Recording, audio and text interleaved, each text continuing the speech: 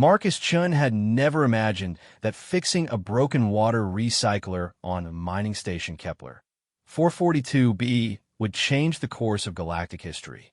The station floated in the cold darkness between two gas giants, harvesting rare minerals from asteroid fields that drifted like ancient graveyards through space. The work was honest but boring. Every day, Marcus would wake up in his tiny quarters, grab a cup of synthetic coffee, and head to the maintenance bay. His hands were permanently stained with hydraulic fluid and metal shavings. Other humans on the station called him Wrench because he could fix anything mechanical. Marcus didn't mind the nickname.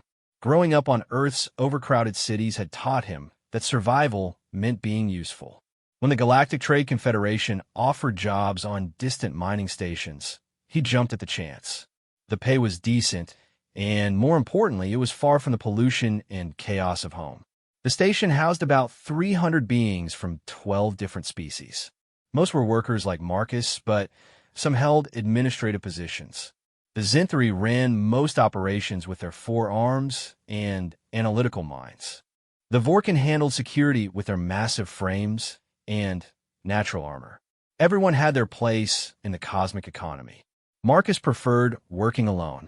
He understood machines better than people, and machines didn't judge him for being human. In the greater galaxy, humans were considered a minor species. They had joined the galactic community only 50 years ago, and most aliens still saw them as primitive newcomers. The morning everything changed started like any other. Marcus received a work order to repair a malfunctioning water recycler in the diplomatic section. This area of the station was usually off-limits to maintenance staff, but emergency repairs took priority over protocol. He grabbed his toolbox and headed through corridors he rarely visited. The diplomatic section was cleaner and more luxurious than the worker levels. Walls displayed holographic art from various worlds, and the air smelled of exotic flowers instead of industrial lubricants. Marcus found a malfunctioning recycler in a service corridor behind the main diplomatic suites. The machine was making grinding noises and leaking coolant onto the floor. He began his standard diagnostic routine, checking power connections and fluid lines. The work required him to crawl partially inside the machine's access panel. With his head buried in cables and circuits, Marcus didn't hear the soft footsteps approaching down the corridor. He was focused on tracing a damaged power coupling when a voice spoke behind him. "Excuse me, but what are you doing here?" The voice was melodious and carried an accent Marcus couldn't identify. He backed out of the machine and turned around, expecting to see one of the Zenthri administrators. Instead, he found himself looking at the most beautiful being he had ever seen. She stood about 6 feet tall, with pale blue skin that seemed to shimmer with an inner light. Her hair was silver white and moved as if underwater, defying the station's artificial gravity.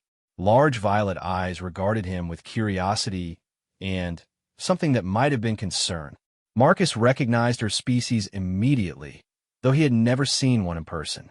She was Etherian, one of the galaxy's most advanced and reclusive races. Etherians rarely left their home systems, and when they did, it was usually for matters of critical importance. "I'm sorry," Marcus said, climbing to his feet and brushing coolant off his work coveralls. "I'm here to fix this recycler. Got a work order this morning." The Etherian woman tilted her head slightly, studying his face with an intensity that made Marcus uncomfortable. Her violet eyes seemed to see right through him, as if she was reading something written in his soul. "You are human," she said. It wasn't a question. "Yes, ma'am. Marcus Chun, Maintenance Division." He held up his ID badge, though he doubted she cared about his credentials. Something strange happened then. The Etherian woman's eyes widened, and she took a half-step backward. Her graceful composure cracked for just a moment, revealing what looked like shock or even fear. She stared at Marcus as if he had just told her the impossible. "That cannot be," she whispered, so quietly Marcus almost missed it. "Mom, is everything all right?" The woman seemed to gather herself, straightening to her full height. When she spoke again, her voice was controlled, but Marcus could hear tension underneath. What is your full name, human? Marcus Chun. Look, if I'm not supposed to be here, I can come back later. The recycler's not critical, just making some noise, and show me your hands. The request was so unexpected that Marcus blinked. I'm sorry. Your hands. Show them to me. Confused, but not wanting to cause trouble, Marcus held up his hands palm forward. They were calloused and stained from years of mechanical work, with a thin scar across his left knuckle from a childhood accident.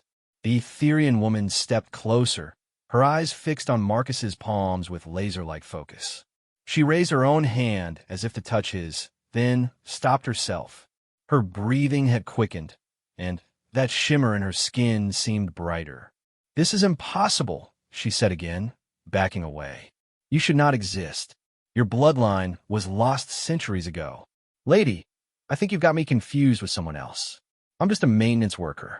My family's been on Earth for generations. Nothing special about us. But even as Marcus spoke, he felt a strange resonance in the air around the woman. It was like standing near a powerful electrical field, making his skin tingle and his hair stand on end. He had never experienced anything like it. The Etherian woman seemed to wrestle with some internal decision. Finally, she spoke in a voice barely above a whisper. My name is Princess Lyralii of the 7th Etherian House. I am here on a diplomatic mission of the utmost importance. She paused, looking around the corridor as if checking for observers. And you, Marcus Chun, may be the key to preventing a war that would consume half the galaxy. Marcus felt his mouth go dry. I think there's been some kind of mistake. I don't know anything about wars or diplomacy. I fix machines. There is no mistake, Princess Lyralii said firmly. The markings on your palms, the resonance I sense from you, even the way you carry yourself, it all matches the ancient descriptions. She took a deep breath. You carry the bloodline of the lost navigators. The what now? It is a long story, and this is not the place to tell it. But know this, your ancestors were among the most revered beings in galactic history. They were the ones who first mapped the deep currents of space, who taught other species how to travel between the stars safely. Marcus shook his head. That's impossible. Humans only developed space travel 75 years ago. We're newcomers to all this. That is what the galaxy believes, yes. But the truth is far more complex. Princess Lyralii glanced around the corridor again, then fixed Marcus with her intense violet gaze. The lost navigators were human, Marcus, and if the ancient texts are correct, their bloodline carries a power that could tip the balance in the coming conflict. Before Marcus could respond, the sound of heavy footsteps echoed from the main corridor. Princess Lyralii's expression shifted to alarm. They have found us, she said urgently. Listen carefully. There are forces in this galaxy who would kill to possess what flows in your veins. They cannot know what I have discovered. Not yet. Who would want to kill me? I am no Obedi. That is no longer true. The footsteps were getting closer, accompanied by the distinctive sound of Vorkan security boots. Meet me in Observatory Deck 7 tonight at 2100 hours. Tell no one of this conversation. Wait, I don't understand any of this, but Princess Lyralii was already walking away, her movements once again perfectly controlled and regal. By the time the Vorkan security team rounded the corner, she appeared to be simply passing through the service corridor on routine business. Human, growled the lead Vorkan, a massive creature whose natural armor plates were decorated with security insignia. You're not authorized to be in this section during diplomatic visits. Emergency repair, Marcus said, holding up his work order with hands that trembled slightly. Water recycler malfunction. The Vorkan examined the order with suspicious eyes, then grunted. Complete your work and leave immediately. Yes, sir. As the security team moved past, Marcus caught Princess Lyralii's eye for just a moment. She gave him the slightest nod, then disappeared around a corner with her escort. Marcus turned back to the recycler, but his hands were shaking too badly to work effectively. Lost navigators? Ancient bloodlines? Wars that could consume half the galaxy? None of it made sense. He forced himself to focus on the repair. The damaged power coupling was easy enough to replace, and within 30 minutes, the recycler was running smoothly again. But as he packed up his tools, Marcus's mind kept returning to Princess Lyraliai's words. The way she had looked at his hands, as if she was seeing something invisible to everyone else. The strange tingling sensation he had felt in her presence. And, most disturbing of all, the absolute certainty in her voice when she said he shouldn't exist. Marcus finished his work and returned to the maintenance bay, but he couldn't concentrate on his remaining assignments. His supervisor, a gruff Zenthari named Kozek, noticed his distraction. "Chun, your efficiency rating has dropped 12% this afternoon. Are you experiencing malfunction?" "No, sir. Just tired."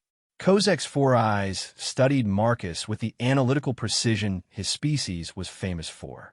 "You appear to be processing elevated stress indicators.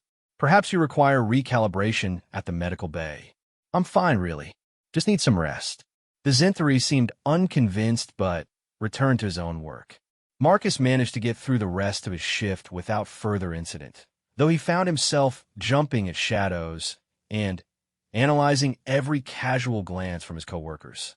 That evening, Marcus sat in his quarters staring at his palms. He had looked at his hands thousands of times throughout his life, but now he tried to see them through Princess Lyraliai's eyes.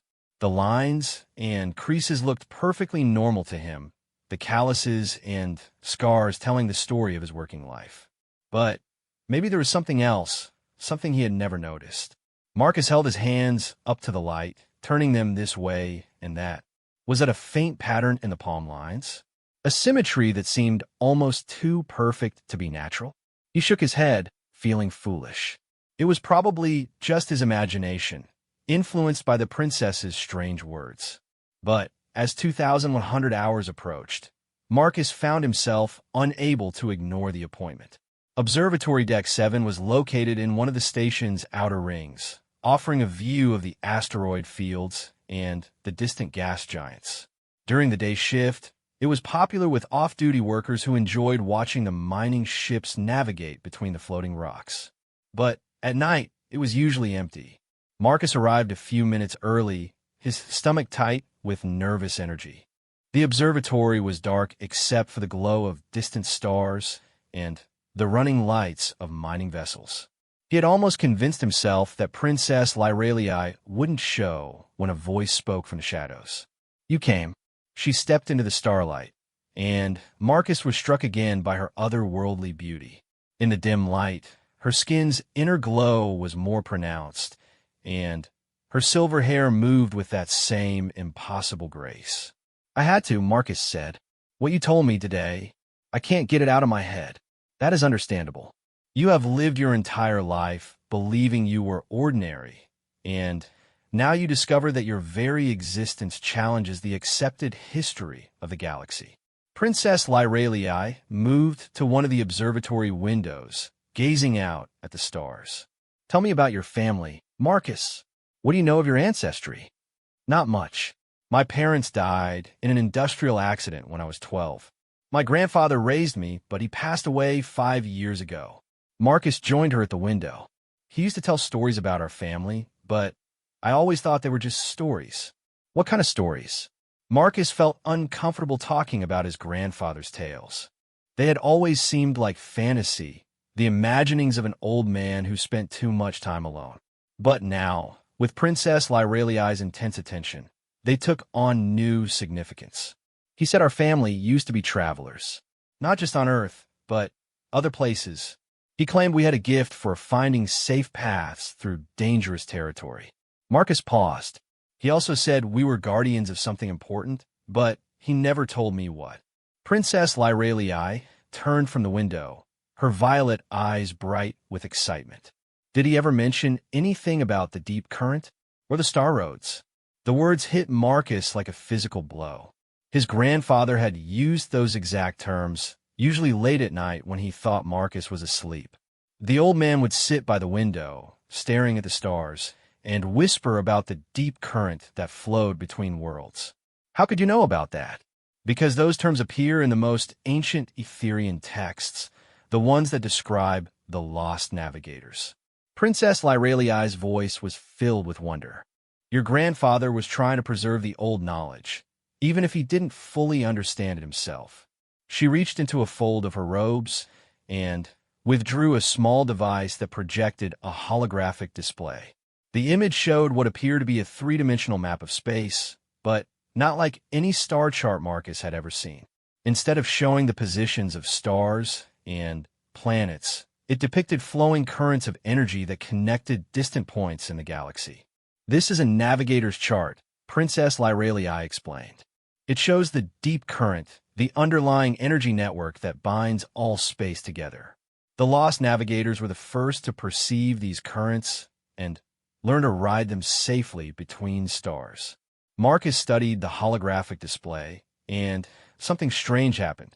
The flowing patterns began to make sense to him, as if he was remembering rather than learning. He could see how the currents intersected, where they were strongest, and, most importantly, where they were about to change. The northern spiral is going to shift, he said without thinking. In about 3 days, the current will reverse direction. Princess Lyraliai stared at him in amazement. Yes, our best astronavigators predicted that shift would occur in 72 hours. She deactivated the hologram. Marcus, you just read a navigator's chart on first sight. That should be impossible for someone without training. I don't understand how I knew that. It is in your blood, your genetic memory. The lost navigators didn't just use technology to read the deep current. They could sense it directly, feel its rhythm in their bodies. Princess Lyraliai placed a gentle hand on his shoulder.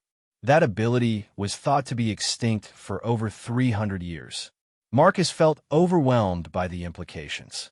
Why does this matter? What's this about a war? Princess Lyraliai's expression grew serious. The galaxy is more fragile than most beings realize. For the past century, we have enjoyed relative peace, but that peace is maintained by a careful balance of power between the major species. She activated another holographic display, this one showing political boundaries across known space. The hegemony controls the industrial core worlds. The Federation manages the outer colonies. The Trade Confederation maintains the shipping lanes. And species like mine, the Etherians, serve as neutral mediators. That sounds stable enough. It was until recently. 3 months ago, our deep space monitors detected something unprecedented. The deep current itself is becoming unstable. Ancient pathways are collapsing. New ones are forming randomly. And the energy flows that allow faster-than-light travel are becoming unpredictable. Marcus felt a chill run down his spine. What's causing it? We don't know. But the effects are already beginning to show. Trade routes are becoming unreliable. Some ships have been lost entirely, appearing hundreds of light years from their intended destinations. Others have emerged from hyperspace damaged by energy surges they couldn't avoid. Princess Lyraliai manipulated the display, showing areas where the current flows appeared chaotic and broken. If this continues, interstellar civilization will collapse within 50 years. Worlds will be cut off from each other, unable to trade or communicate. The great galactic community will fracture into isolated islands of species. But surely someone can fix this? The Etherians are advanced, and the other major powers must have scientists. We have tried everything we know. Our best minds have been working on the problem since it was discovered. But none of us truly understand the deep current the way the lost navigators did. Princess Lyraliai looked directly into Marcus's eyes. We can detect the currents, measure them, even predict some of their behavior. But we cannot feel them, cannot sense the deeper patterns that govern their flow. Marcus began to understand the implications. You think I might be able to sense something you can't? I believe you already have. When you predicted the northern spiral shift, you were reading patterns our instruments could barely detect. With proper training, you might be able to perceive what is causing the instability. The weight of responsibility settled on Marcus like a physical burden. He was just a maintenance worker, someone who fixed broken machines and tried to stay out of trouble. The idea that he might hold the key to preventing galactic collapse was terrifying. What if I can't do it? What if I'm not really what you think I am? Then we will face the collapse as best we can, Princess Lyralii said simply. But if there's even a chance that your abilities can help us understand the deep current's instability, we must try. Before Marcus could respond, an alarm began sounding throughout the station. Emergency lights bathed the observatory in red, and the intercom crackled to life. All personnel to emergency stations. Unidentified vessels approaching from the outer system. This is not a drill. Princess Lyralii's face went pale. They have found us. Who has found us? There are forces in the galaxy who would prefer to see interstellar civilization collapse rather than allow the lost navigator bloodline to return to prominence. She grabbed Marcus's arm. We must leave now. They rushed from the observatory, joining the streams of beings heading to emergency positions throughout the station. But instead of following the crowd to the shelter areas, Princess Lyralii led Marcus toward the docking bays. Where are we going? My ship is in Bay 12. If we can reach it before the attackers dock, we might escape. They ran through corridors filled with panicking civilians and rushing security personnel. Marcus could hear the station's defensive weapons powering up, their deep hum vibrating through the hull.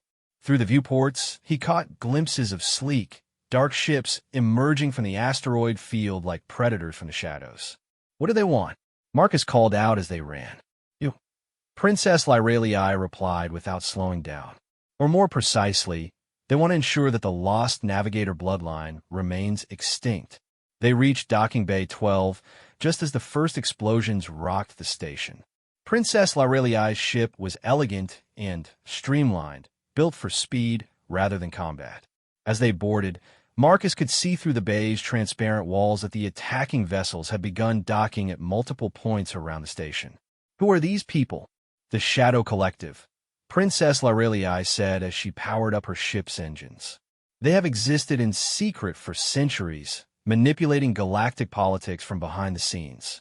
They profit from conflict and instability, and the current crisis serves their purposes perfectly. The ship lifted off just as armed figures in dark armor began cutting through the docking bay doors. Marcus caught a glimpse of their faces through the viewport. They weren't entirely human, but they weren't any alien species he recognized either. Their features were sharp and angular, with eyes that seemed to absorb light rather than reflect it. What species are they? No one knows for certain. They may be an ancient offshoot of one of the founding races, or something else entirely.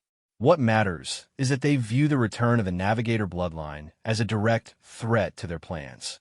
Princess Lyralii's ship cleared the station just as a massive explosion tore through the diplomatic section. Marcus watched in horror as the place where he had worked for 3 years was consumed by fire and twisted metal. The other workers, my friends, I am Sore Marcus. The Shadow Collective does not leave witnesses. Princess Lyralii's voice was gentle but firm. Your old life is over. From this moment forward, you are either the galaxy's salvation or its most wanted fugitive. As they accelerated away from the dying station, Marcus stared at his reflection in the ship's window. The face looking back at him was the same one he had seen in mirrors his entire life, but now he knew it carried the legacy of an ancient bloodline and the weight of an entire galaxy's future. Behind them, the mining station continued to burn, its emergency beacons calling uselessly into the void. And somewhere in the darkness between the stars, the deep current continued its slow, inexorable collapse toward chaos. Marcus pressed his palm against the window and felt that strange tingling sensation again, stronger now. For just a moment, he could sense something vast and flowing in the space around them, like invisible rivers carrying the ship toward an uncertain destiny. The lost Navigator bloodline had awakened, and the galaxy would never be the same Princess Lyralii's ship, the Star Whisperer, was unlike any vessel Marcus had ever been aboard. The corridors seemed to pulse with a soft, organic light, and the walls felt warm to the touch, as if the ship itself were alive. Everything was curved and flowing, with no harsh angles or mechanical joints visible. "It's grown from living crystal," Princess Lyralii explained as she led him to a guest cabin. "Etherian ships are not built in the traditional sense. They are cultivated over decades, each one unique and bonded to its primary pilot." Marcus ran his hand along the smooth wall, feeling a subtle vibration beneath his palm. "It feels like it's breathing. In a way, it is. The ship senses our emotional states and adjusts its environment accordingly. Right now, it can feel your confusion and fear, so it is trying to create a calming atmosphere." The guest cabin was small but comfortable, with a bed that seemed to be carved from a single piece of pale blue crystal. A viewport showed the stars streaming past as they traveled through hyperspace, their light creating beautiful patterns that shifted and flowed like living art. "Where are we going?" Marcus asked. "Ethereal Prime, my home world. It is one of the most heavily defended systems in the galaxy, and the only place where you will be truly safe while we work to understand your abilities." Princess Lyralii paused at the doorway. "The journey will take 3 days. I suggest you use that time to rest and prepare yourself. Once we arrive, your training will begin immediately." "What kind of training?" "You must learn to consciously access the navigator abilities that lie dormant in your bloodline. The techniques were lost when your ancestors disappeared, but we have preserved fragments of their teaching methods in our ancient archives." After she left, Marcus sat on the crystal bed and tried to process everything that had happened. Less than 24 hours ago, he had been a simple maintenance worker with no concerns beyond fixing broken machinery. Now he was supposedly the last hope for preventing galactic civilization from collapsing. He thought about his grandfather's stories, the ones he had always dismissed as fantasy. The old man had spoken of their family's duty to protect the Great Flowing, and had insisted that Marcus would someday understand his true purpose. At the time, it had seemed like the ramblings of someone who spent too much time alone with his memories. But now those memories took on new significance. Marcus remembered the way his grandfather would sometimes stop mid-sentence while walking, as if he was listening to something only he could hear. The old man had an uncanny ability to predict weather patterns and had never once been caught in a storm. He could find his way through the most confusing city streets without ever consulting a map. Marcus had inherited some of those abilities, though he had never thought much about them. He had always been good at finding efficient routes through complex systems, whether they were city streets or mechanical assemblies. He could sense when machinery was about to fail, often days before any obvious signs appeared. And sometimes late at night, he felt like he could sense movement in the space around him, as if invisible currents were flowing past his window. He pulled up the ship's information system and began researching what little public information existed about the lost navigators. Most sources dismissed them as mythology, stories told by primitive cultures to explain phenomena they didn't understand. But a few academic papers took a different view. According to these sources, the lost navigators had been a human subspecies that possessed an innate ability to sense gravitational fields and electromagnetic currents. They had emerged during humanity's early space exploration period and had been instrumental in mapping the first interstellar trade routes. But then, approximately 300 years ago, they had vanished without explanation. Some theories suggested they had been wiped out by a plague. Others proposed they had deliberately isolated themselves from galactic society. A few fringe researchers claimed they had transcended physical existence entirely.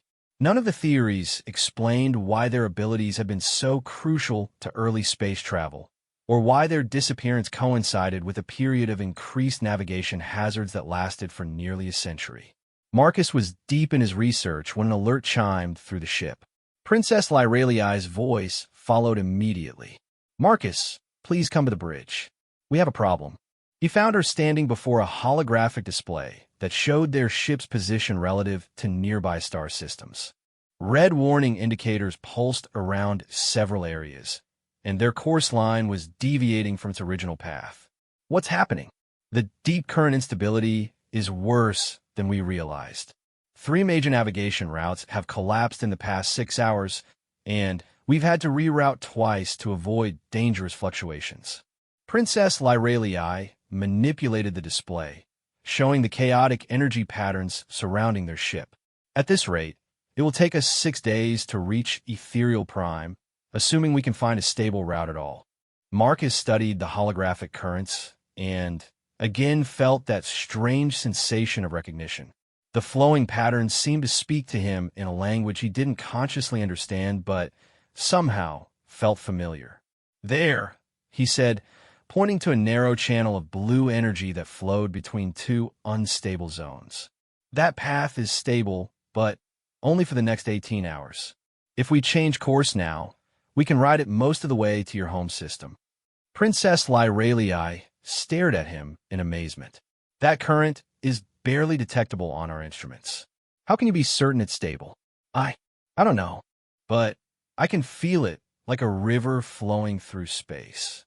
It's calm and steady while the others are turbulent." Marcus realized how crazy he sounded, but continued anyway. "The red areas you're avoiding aren't dangerous, just unpredictable. But that yellow zone near the binary star system, we need to stay far away from that. Something's wrong there, something that doesn't belong. The yellow zone registers as completely normal on our sensors." "Your sensors are wrong." Princess Lyralii hesitated for only a moment before beginning to input the course change Marcus had suggested. "I'm trusting your instincts over our most advanced navigation systems. I hope you understand how unprecedented this is. I hope I'm not getting us killed." But as the ship adjusted its course and entered the blue current Marcus had identified, he felt a sense of rightness that resonated in his bones. This was how space travel was supposed to feel: smooth and natural, like flowing downstream rather than fighting against an invisible tide. The Star Whisperer made excellent time through the stable current, crossing distances that should have taken days in a matter of hours. Princess Lyralii monitored their progress with increasing excitement. "We're moving at nearly twice our normal hyperspace velocity, and the energy consumption is actually lower than usual. It's as if the current is carrying us along rather than us having to push through it." Marcus found himself drawn to the bridge, spending hours watching the energy patterns flow past the ship. Gradually, he began to perceive deeper layers of structure in the currents. There were fast streams and slow eddies, convergence points where multiple flows met, and deep channels that seemed to connect distant parts of the galaxy. "It's like a circulatory system," he told Princess Lyralii during their second day of travel. "The deep current doesn't just allow faster-than-light travel. It's what holds the galaxy together on a fundamental level. It carries energy and information between star systems, maintains the balance that keeps everything stable. That matches some of our oldest theoretical models, but we've never been able to prove it." Princess Lyralii activated a recording device. "Can you describe what you're sensing in more detail?" Marcus struggled to find words for concepts that seemed to exist beyond language. "The current flows in cycles like seasons. Right now, we're in a transition period. The old patterns are breaking down, and new ones are trying to form. But something is interfering with the natural process." "What kind of interference?" "I'm not sure. It's like, imagine a river flowing smoothly, and then someone builds a dam partway across it. The water backs up in some places and rushes too fast in others. Eventually, the whole system becomes unstable. Do you have any sense of where this dam might be located?" Marcus closed his eyes and tried to extend his perception as far as possible. For a moment, he felt connected to the vast network of currents that flowed throughout the galaxy. He could sense distant stars and the streams of energy that connected them. And somewhere near the galactic core, there was indeed something wrong, a disruption that sent ripples of instability in all directions. It's in the central region, somewhere around the old core worlds. But it's not natural. Someone built it, and they're using it to control the current flows. Princess Lyraliai's expression grew grim. The Shadow Collective. They must be manipulating the deep current for their own purposes, not realizing, or perhaps not caring, that their actions will eventually destroy interstellar civilization. Can we stop them? Not directly. The core worlds are heavily fortified, and we don't even know exactly where their installation is located. But if we could train you to fully access your navigator abilities, you might be able to find a way to counteract their interference. On their third day of travel, they encountered their first real test. The stable current Marcus had guided them and began to show signs of turbulence.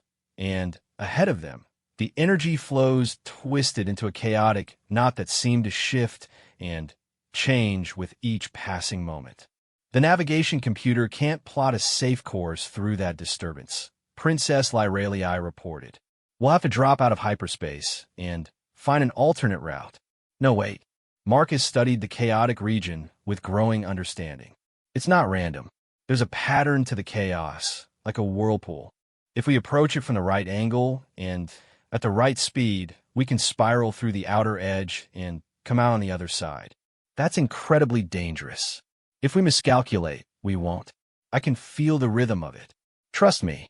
Princess Lyraliai looked at him for a long moment, then began adjusting their course according to his instructions. You realize that if you're wrong, we'll be torn apart by gravitational shears. I'm not wrong. And he wasn't. The ship rode the spiral current like a leaf on a whirlwind, spinning and diving through dimensions of space that normal instruments couldn't even detect. Marcus felt exhilarated as he guided their path. His consciousness somehow extended beyond the ship's hull to feel the currents flowing around them. When they emerged from the disturbance, they found themselves in a calm region of space with ethereal primes, star visible in the distance. Remarkable, Princess Lyraliai breathed. You just navigated us through a Category 5 hyperspace anomaly using only intuition. Our best astropilots wouldn't have attempted that maneuver. Marcus felt drained, but triumphant. For the first time since learning of his heritage, he truly believed he might be capable of the feats Princess Lyraliai expected of him. Ethereal Prime was a world of impossible beauty. From orbit, it appeared to be covered in vast crystal formations that caught and reflected the light of its star in brilliant cascades of color. Cities were barely visible as organic curves that seemed to grow from the planet's surface rather than being imposed upon it. It's beautiful, Marcus said as they descended through the atmosphere. The crystals are not just decorative. They're part of our planet's neural network, a living system that connects all Etherian minds in a form of gentle telepathic communion. Princess Lyraliai gestured toward the sprawling crystal formations below. It's how we maintain the philosophical unity that allows our species to act as galactic mediators. They landed at a spaceport that looked more like a garden than a transportation hub. Etherian officials waited to greet them, their forms graceful and luminous in the alien sunlight. Marcus felt self-conscious in his stained maintenance coveralls among these elegant beings. Do not worry about your appearance, Princess Lyraliai assured him. The Etherians value substance over style. They are more interested in what you can do than how you look. The welcoming committee was led by an elderly Etherian whose skin had a golden tint and whose silver hair flowed like liquid metal. When he spoke, his voice carried harmonics that seemed to resonate directly in Marcus's mind. I am High Counselor Threlian. Princess Lyraliai has told us of your remarkable heritage, young navigator. The entire council is eager to witness a demonstration of abilities we thought lost forever. I'm still learning, Marcus said. I might not be able to do anything impressive. Modesty is a virtue, but false modesty serves no one. Come, we have prepared a testing facility where you can explore your capabilities safely. They traveled to the council chambers in vehicles that seemed to flow over the crystal roads like water. The chambers themselves were carved from a single enormous crystal, with walls that pulsed with soft light and displayed moving patterns that Marcus somehow found soothing. The testing facility was a spherical room with no visible floor or ceiling, just smooth crystal surfaces that curved around them in all directions. In the center, a holographic display showed a three-dimensional map of local space, complete with current flows and energy patterns. This represents the space around Ethereal Prime in real time, High Counselor Thrillian explained. Can you perceive any details that our instruments might be missing? Marcus approached the display and immediately felt that familiar tingling sensation. But this time, instead of just sensing the currents, he found he could manipulate the holographic representation to show layers of information that weren't normally visible. Here, he said, highlighting a region near the fourth planet in the system. There's a subspace eddy forming. It's small now, but it will grow unstable in about 6 hours and start interfering with communications. The Etherian technicians quickly verified his prediction with their instruments. The eddy was indeed present, though barely detectable even with their most sensitive equipment. Extraordinary, High Counselor Thrillian murmured. You're seeing details at the quantum level of space-time structure. Now, let us try something more challenging. The display changed to show a much larger region of space, encompassing dozens of star systems. The current flows were incredibly complex, with streams braiding together and separating in patterns that seemed almost organic. This is the vegan sector, approximately 300 light-years from here. 2 days ago, a Trade Confederation convoy went missing somewhere in this region. Can you determine what happened to them? Marcus studied the vast display, extending his perception as far as he could reach. At first, the complexity was overwhelming. There were simply too many currents and too much information to process. But gradually, he learned to filter the data, focusing only on anomalies and disturbances. There, he said, pointing to what appeared to be empty space between two minor star systems. Something happened here. The currents are scarred, like they were damaged by something artificial. He manipulated the display to zoom in on the region, and the scarring became more apparent. The normal flow patterns were disrupted in a way that suggested a massive energy discharge. The convoy encountered something they weren't expecting. A ship, maybe, or a weapon platform. Whatever it was, it used technology that tears holes in the deep current itself. Marcus paused, feeling a chill as he realized the implications. The attack wasn't just meant to destroy the convoy. It was designed to damage the current flows and create more instability. High Counselor Thrillian exchanged glances with the other council members present. This confirms our worst fears. The Shadow Collective isn't just benefiting from the deep current's instability, they're actively creating it. But why? If the current collapses completely, they'll be just as isolated as everyone else. Unless they have an alternative method of interstellar travel, Princess Lyralii suggested grimly. If they can move freely while the rest of us are trapped, they could conquer the galaxy piecemeal. Marcus spent the next several hours working with the Etherian scientists, learning to use his abilities more precisely. They discovered that he could not only sense the deep current, but actually influence it to a limited degree. By focusing his will, he could stabilize small disturbances or redirect energy flows around obstacles. This is unprecedented, one of the scientists told High Counselor Thrillian. The ancient text spoke of the lost navigators being able to sense the currents, but they never mentioned the ability to manipulate them directly. Perhaps Marcus represents an evolution of the bloodline, the High Counselor replied. 3 centuries of dormancy may have allowed his abilities to develop in new directions. That evening, Marcus was given quarters in the crystal spire that housed the council chambers. His room had walls that were transparent on one side, offering a view of the planet's crystal formations as they caught, and reflected the light of Ethereal Prime's setting sun. Princess Lyralii joined him on the observation balcony, bringing a meal of foods he didn't recognize, but that tasted surprisingly familiar. "How are you feeling about all of this?" she asked. "Overwhelmed. This morning I was learning to sense the currents, and Now I'm apparently manipulating the fundamental structure of space-time. It doesn't seem real. I understand. But you must remember that the fate of trillions of beings may depend on how quickly you can master these abilities. Marcus nodded, though the weight of that responsibility still felt crushing. What happens next? Tomorrow, the full council will meet to discuss our options. Based on what you've shown us today, I believe they will approve a mission to the Galactic Core to locate and destroy the Shadow Collective's installation. A mission that would presumably include me. You would be essential. No conventional ship could navigate the current distortions around the core worlds, but with your abilities, we might be able to find a safe path. Marcus stared out at the alien landscape, thinking about how much his life had changed. 3 days ago, his biggest concern had been fixing a noisy water recycler. Now, he was contemplating a journey to the most dangerous region of the galaxy to confront an enemy that had remained hidden for centuries. Princess Lyralii, can I ask you something? Of course. Why did you risk everything to save me?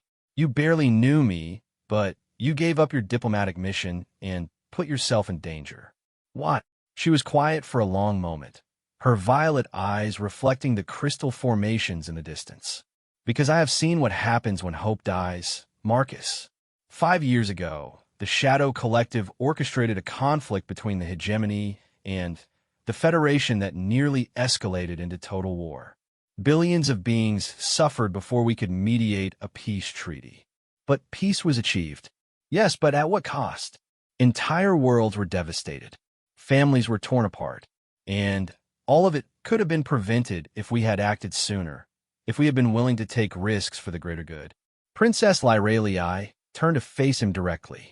When I realized what you might be, I knew I couldn't let fear or protocol prevent me from acting. If there was even a small chance that your abilities could help save our civilization, I had to try. Marcus felt a warmth that had nothing to do with the alien sun. Thank you for believing in me.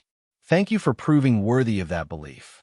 That night, Marcus dreamed of flowing currents that connected distant stars and of a great web of energy that bound the galaxy together like a living organism. In his dream, he could see the Shadow Collective's installation, a massive artificial construct that pierced the galactic core like a thorn, poisoning the natural flow of the deep current. But he also saw something else. Other installations, hidden throughout the galaxy, all working together as part of a vast network designed to reshape the current flows according to someone's plan. The Shadow Collective wasn't just trying to control interstellar travel. They were attempting to remake the galaxy's fundamental structure. When he woke, Marcus knew their mission would be far more dangerous than anyone realized.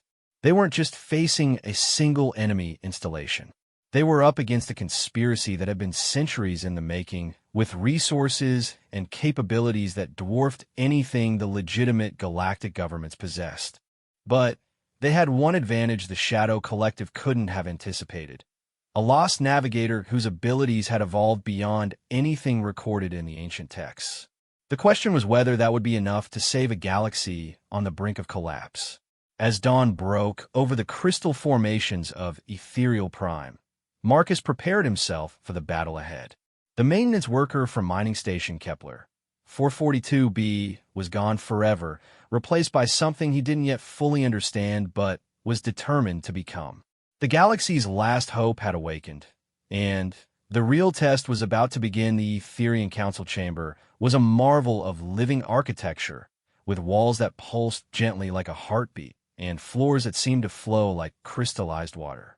Representatives from 12 major galactic species sat in a perfect circle, each delegation occupying a section specifically designed for their physiological needs. Marcus felt distinctly out of place among the assembled dignitaries. The hegemony representatives were tall, silver-skinned beings with 4 arms and analytical eyes that seemed to catalog everything they saw. The Federation delegates were stocky humanoids covered in natural armor plates that clinked softly when they moved. Trade Confederation officials wore environmental suits that completely concealed their forms, communicating through electronic translators. The situation has deteriorated significantly since we last convened. High Counselor Threlian announced, his harmonious voice carrying clearly throughout the chamber.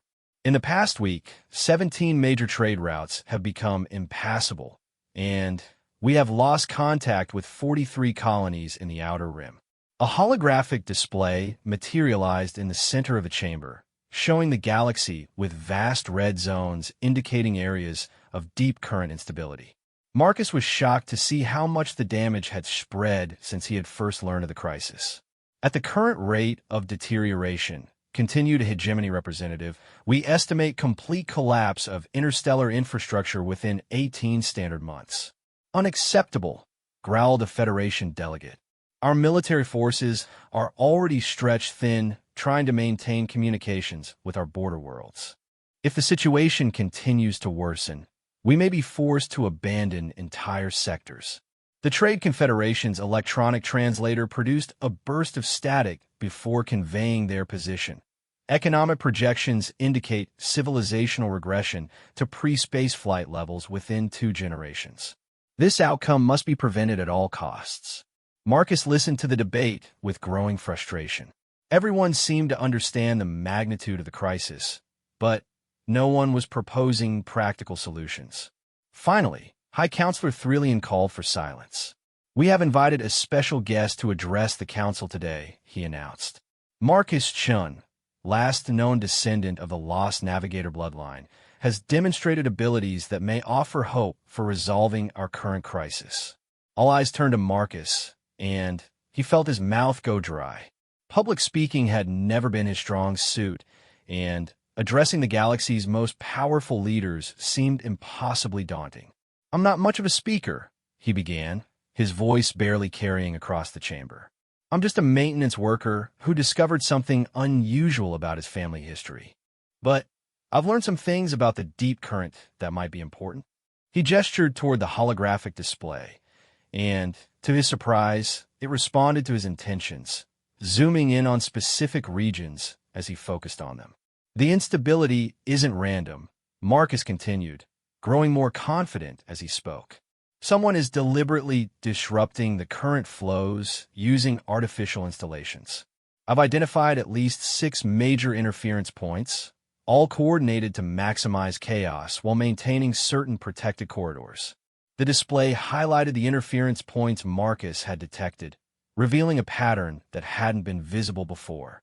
The protected corridors formed a network that connected several key systems in the galactic core region.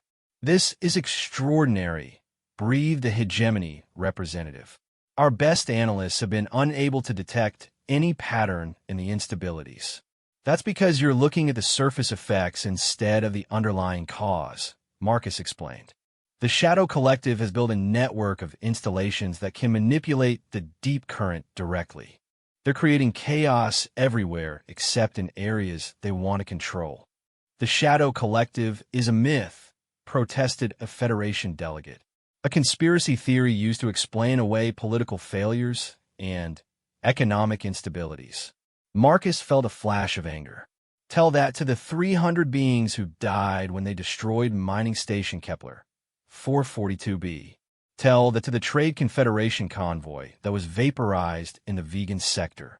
Princess Lyralii stepped forward. Council members, I have personally witnessed the Shadow Collective's operatives in action. They are very real, and they represent a threat to every species in this chamber. Even if we accept the existence of this Shadow Collective, said another Hegemony representative, how do you propose we locate and destroy installations that our most advanced sensors cannot detect? That's where my abilities come in, Marcus replied. I can perceive the deep current in ways your instruments cannot. I can trace the interference back to its sources and potentially guide ships safely through the disturbances to reach them. The chamber erupted in discussion as delegates debated the implications of Marcus's proposal. Some were skeptical of abilities that seemed to defy scientific explanation. Others were desperate enough to try anything that offered hope of stopping the crisis. High Counselor Threlian called for order. We propose the formation of a joint task force with representatives from all major powers to investigate these installations and determine the best course of action. Marcus Chun would serve as our navigator, guiding the mission through areas of current instability. What kind of ships would be needed for such a mission? Asked the Trade Confederation representative. Something fast and heavily shielded, Marcus said.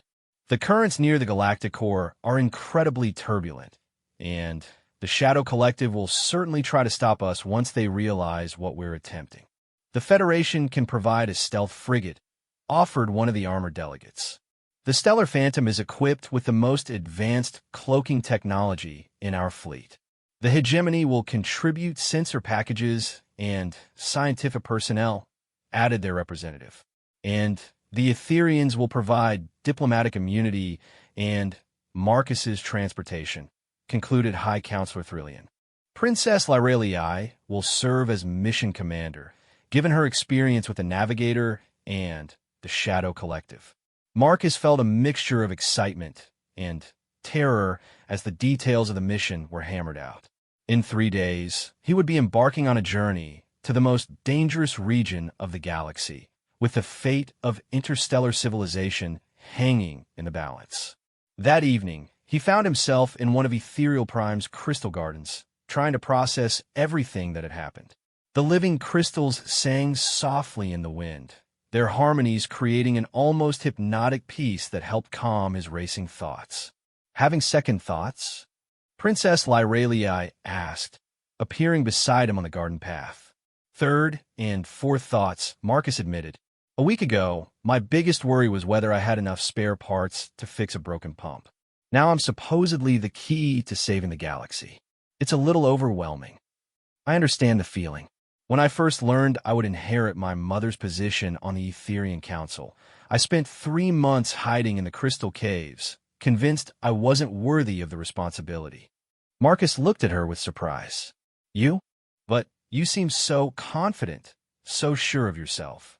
That confidence came with time and experience. Right now, you're focusing on everything that could go wrong instead of everything you've already accomplished. Princess Lyrelii gestured toward the singing crystals around them. 3 days ago, you had never seen a deep current chart. Today, you read patterns that our most advanced instruments missed. That's not luck, Marcus. That's destiny. What if destiny is wrong? What if I fail and billions of beings suffer because of my incompetence? Then, you will have failed while attempting something worthy, which is more than most beings can claim. Princess Lyrelii's voice was gentle but firm. But I don't believe you will fail. The Lost Navigators were legendary for a reason, and you carry their legacy in your blood and soul. The next 2 days passed in a blur of preparation and training. Marcus worked with Etherian scientists to refine his ability to sense deep current disturbances, while engineers from the various species designed specialized equipment to help him interface with ship navigation systems.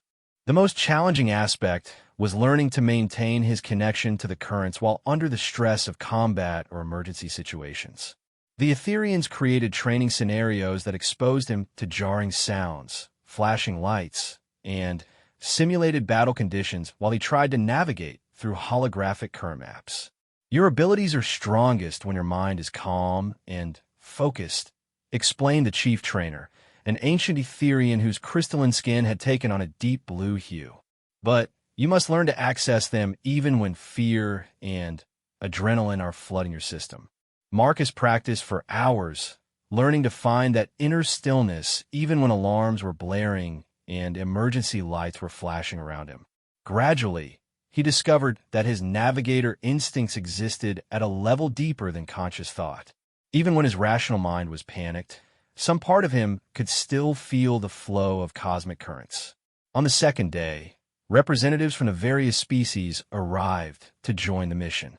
The Federation contingent was led by Commander Sarah Voss, a tough military officer whose cybernetic implants suggested extensive combat experience. I've read the reports about your abilities, she told Marcus bluntly. I'll reserve judgment until I see what you can actually do in a real situation.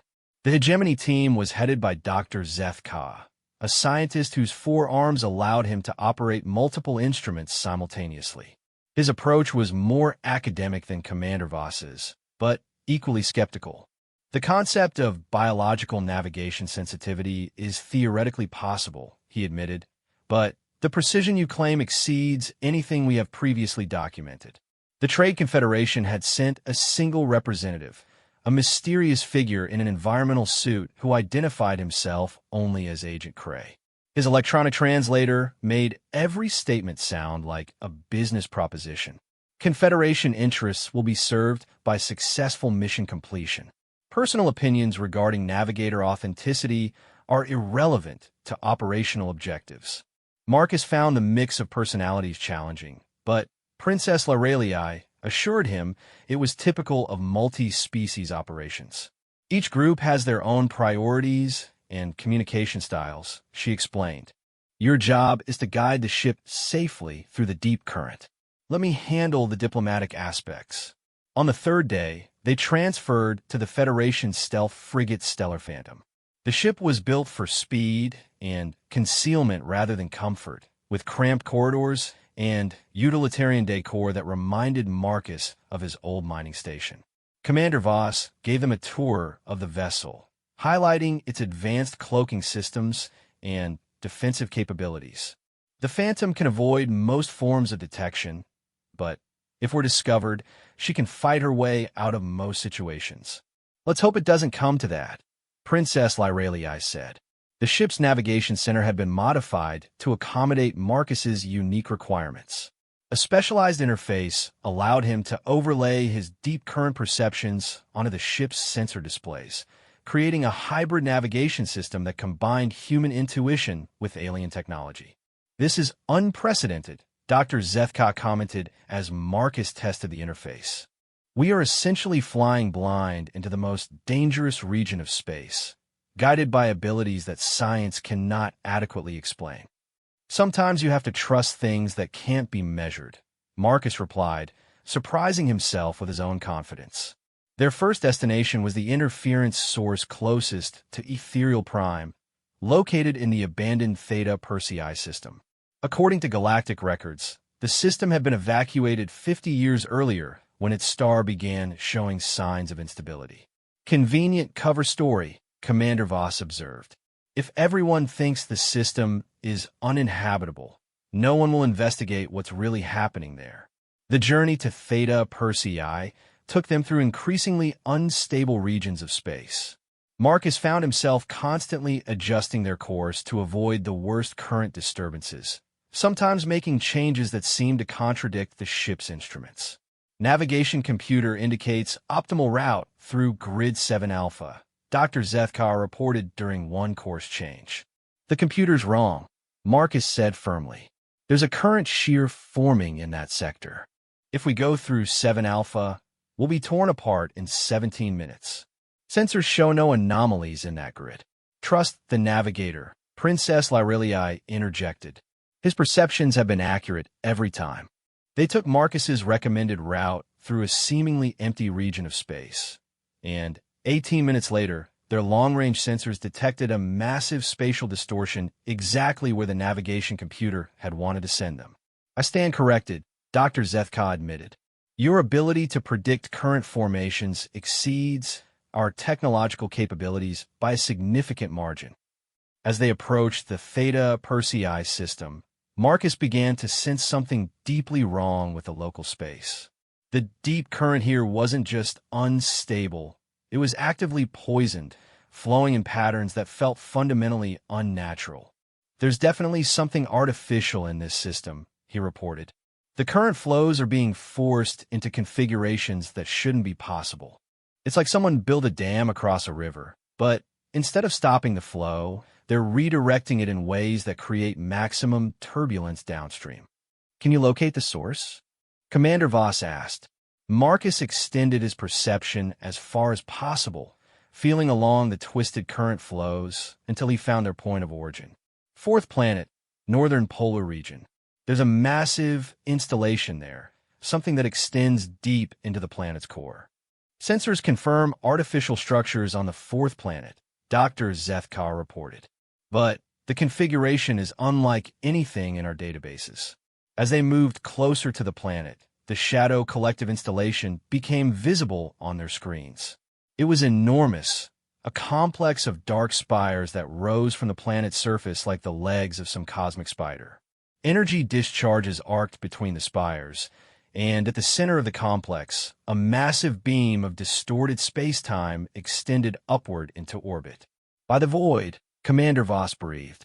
That thing is punching a hole straight through local space-time. No wonder the deep current is going crazy. The beam appears to be creating artificial wormholes, DR. Zethka observed. But the exit points are random, explaining the navigational hazards throughout this sector. Agent Kray's translator crackled to life. Installation represents significant technological advancement. Confederation requests detailed scans for potential reverse engineering opportunities. We're here to destroy it, not study it, Marcus said firmly. That installation is slowly poisoning the entire galactic current system. As they descended toward the planet, proximity alarms began sounding throughout the ship. The Shadow Collective had detected their approach. Multiple contacts rising from the planet's surface, Commander Voss reported. They're not showing up clearly on sensors, but I count at least 12 vessels. Marcus could sense the approaching ships through the deep current distortions they created. The Shadow Collective vessels were unlike anything he had encountered before. They seemed to exist partially outside normal space-time, flickering in and out of reality as they moved. They're using the same technology as their installation, he realized.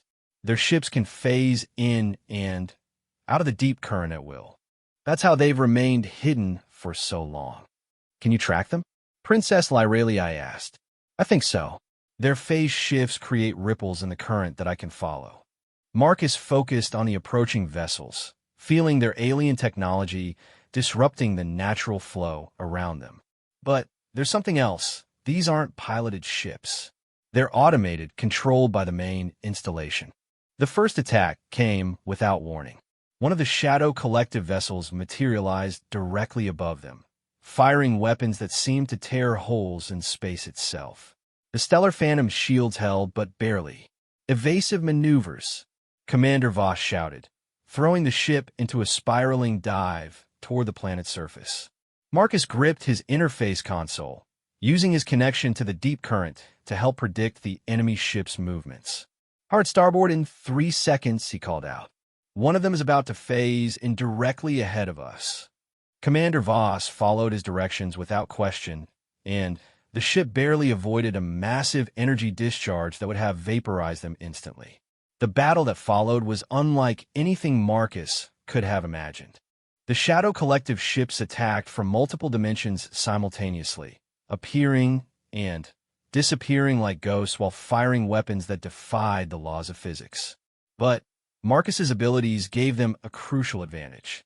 He could sense the enemy vessels even when they were phased out of normal space, allowing Commander Voss to anticipate their attacks and return fire at the exact moment they materialized.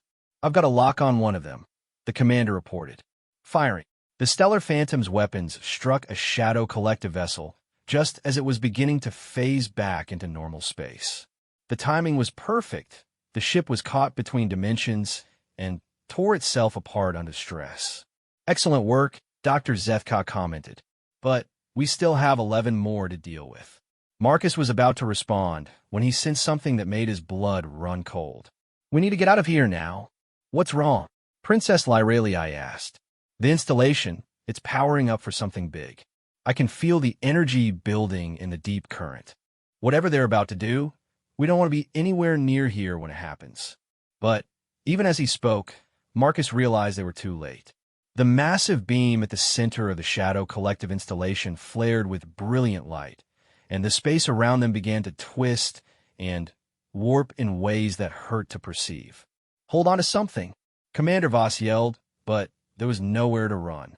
The artificial wormhole was forming all around them, and the Stellar Phantom was being pulled inexorably toward its center. Marcus felt the ship's hull groaning under stresses that shouldn't have been possible, and he knew that in seconds they would all be scattered across random points in space. Unless he had never attempted anything like what he was about to try. But as the wormhole dragged them toward destruction, Marcus reached out through the deep current and tried to impose his will on the cosmic forces that were tearing them apart. Instead of fighting the wormhole, he embraced it, using his navigator abilities to guide their passage through the twisted space-time. He couldn't control where they were going, but he might be able to ensure they arrived in one piece. The last thing Marcus remembered before losing consciousness was the sensation of falling through infinite darkness while the universe twisted around them like a kaleidoscope of broken stars. When he woke up, the first thing he noticed was silence. No engine hum, no environmental systems, no electronic beeping. The stellar phantom was drifting powerless in an unfamiliar region of space. "Report," he heard Commander Voss say weakly. "Main power is offline," came Dr. Zethka's voice from somewhere in the darkness. "Emergency systems are barely functional. We appear to be intact, but I have no idea where we are." Marcus forced himself to focus on the deep current around them, trying to determine their location. What he sensed made him gasp in astonishment. "We're at the galactic core," he announced. "That wormhole threw us 25,000 light-years across space." "Impossible, Dr. Zetka protested. No known technology could create a stable wormhole across such a distance. The Shadow Collective's technology is beyond anything we've encountered before," Princess Lyralii said grimly. "The question is, are we here by accident, or was this their plan all along?" Marcus extended his perception as far as he could reach, mapping the local space around them. What he discovered chilled him to the bone. "We're not alone," he reported. "There are dozens of installations throughout this region, all connected by artificial current channels. This isn't just one base, it's their entire headquarters complex." "How many ships?" Commander Voss asked. "I don't sense any ships, but that doesn't mean much with their phase technology." Marcus paused as he detected something even more disturbing. There's something else. The installations aren't just manipulating the deep current. They're feeding off it, drawing energy directly from the galaxy's circulatory system. "For what purpose?" Dr. Zethka asked. Marcus tried to trace the flow of energy through the Shadow Collective's network, following channels that led deeper and deeper toward the galactic core itself. When he finally perceived their ultimate destination, he felt sick. "They're not trying to control interstellar travel," he said quietly. "They're trying to drain the galaxy's life force. All of this chaos, all of the current instability, it's just a side effect of their real plan, which is they're preparing to consume the galactic core's energy output and use it to transform themselves, become something beyond physical existence." The implications hit everyone simultaneously. If the Shadow Collective succeeded in draining the galactic core, every star in the galaxy would begin to die. Billions of civilizations would perish, not over decades, but over mere centuries as the cosmic forces that sustained life itself were slowly consumed. "We have to stop them," Princess Lyralii said. "How?" Commander Voss asked. "We're one damaged ship against an enemy that's been planning this for centuries." Marcus stared out at the alien stars surrounding them, feeling the weight of impossible responsibility settling on his shoulders once again. But this time, he also felt something else, a deep, burning anger at beings who would sacrifice entire civilizations for their own transformation. The lost navigator bloodline had awakened for a reason, and that reason was becoming clear. His ancestors hadn't disappeared 3 centuries ago. They had been eliminated by the Shadow Collective to prevent anyone from stopping their plan. But they had made one mistake. They hadn't killed them all. "I know how to stop them," Marcus said quietly. "But you're not going to like it. The emergency lighting cast eerie shadows throughout the Stellar Phantom's bridge as Marcus outlined his plan. Power was slowly being restored, but they were still dangerously vulnerable in the heart of Shadow Collective territory. "You want to do what?" Commander Voss asked, her cybernetic eye flickering as she tried to process what Marcus had just proposed. "I want to sever the deep current connections between their installations," Marcus repeated. "If I can disrupt the energy flow they're using to drain the galactic core, their entire network will collapse. The energy levels involved would be astronomical. Dr. Zethkov protested, his four arms gesturing frantically at the holographic displays. Attempting to manipulate currents of that magnitude could tear you apart at the molecular level. It could also tear apart local space-time, Agent Kray's translator added. Confederation insurance policies do not cover extinction-level events. Princess Lyralii studied Marcus's face with her penetrating violet eyes. You believe this is the only way? Look at what we're up against, Marcus said, activating the ship's long-range sensors. The display showed dozens of Shadow Collective installations scattered throughout the galactic core region, each one drawing massive amounts of energy from the deep current. Even if we could destroy one or two bases, they have backups and redundancies throughout the system. But if we can cut the connections between them, the entire network becomes vulnerable, Princess Lyralii finished. Like severing the blood vessels that feed a cancer. Precisely. But there's something else. Marcus manipulated the sensor display to show the energy flows between installations. The Shadow Collective isn't just draining energy from the galactic core. They're pumping something back into it, some kind of exotic matter that's changing the fundamental nature of space in this region. Dr. Zethkov examined the data with growing alarm. These readings are impossible.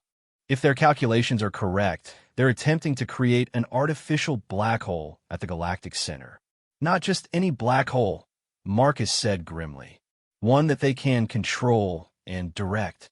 Imagine being able to weaponize the gravitational forces that hold the galaxy together. The implications were staggering. With that kind of power, the Shadow Collective wouldn't just be able to control interstellar travel. They could reshape entire star systems, move planets, even destroy civilizations by manipulating gravity itself. How long do we have? Commander Voss asked. Marcus extended his perception toward the galactic core, feeling the unnatural energies building there like pressure in a cosmic boiler. Based on the current rate of energy accumulation, maybe 72 hours before they reach critical mass. Then, we have no choice, Princess Lyralii said decisively. We attempt Marcus's plan. With what equipment? Dr. Zethkov demanded. To manipulate deep current flows of this magnitude, we would need specialized amplification technology that exists nowhere in the known galaxy. Actually, Marcus said slowly, I think there might be a way. But it would require us to get much closer to the core installations and the risks. He trailed off as proximity alarms suddenly blared throughout the ship. On the tactical display, 3 Shadow Collective vessels were materializing around them, their dark hulls seeming to absorb rather than reflect light. They found us, Commander Voss said, her hands flying over the weapon controls. All hands battle stations. But instead of attacking immediately, the Shadow Collective ships held their positions, forming a perfect triangle around the Stellar Phantom. A communication signal pierced through their shields, carrying a voice that seemed to come from everywhere and nowhere at once. Navigator, the voice said, and Marcus felt ice in his veins at the way it spoke his title.